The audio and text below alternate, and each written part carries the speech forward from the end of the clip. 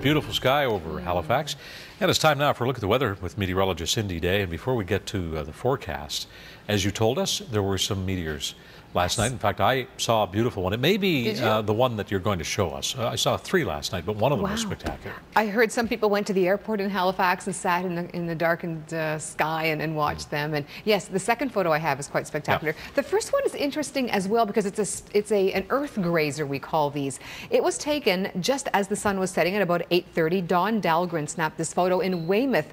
Earth grazers usually appear several hours before the peak of the meteor shower, and they're quite parallel and low on the horizon. So that was likely an earth grazer. And it's not completely, not dark at all. No. There. It's just twilight. Right? Imagine had that been, nice. you know, during full darkness. Well, speaking of which, this may have been... I think that may have been it. Isn't that spectacular? I want to thank Tim Doucette. He was out with a group from the Royal Astronomical Society of Canada just outside of Moncton when he snapped this one. He said there were 2 flashes and then about a 5-second trail.